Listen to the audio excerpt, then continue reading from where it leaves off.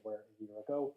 Limited supply and the economic recovery are cited as some of the reasons behind the increase, but growing mortgage activity is also playing a major part. According to MyHome.ie, the average asking price for a property last month was €253,000, up 21,000 or 9% year on year.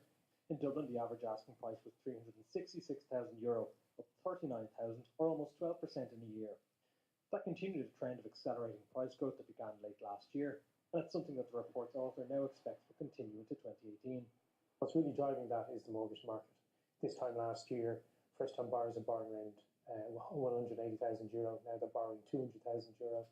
We know they're being approved by banks on average for €210,000. So really, it's people whose incomes are growing by 2-3%, but they're just borrowing a much higher multiple.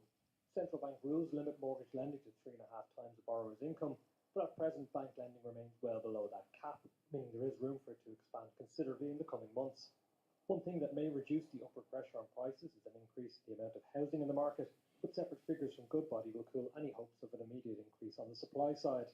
It's looked at the number of energy ratings issued to new homes as opposed to the number of new electricity connections and found a much lower level of activity than had been assumed.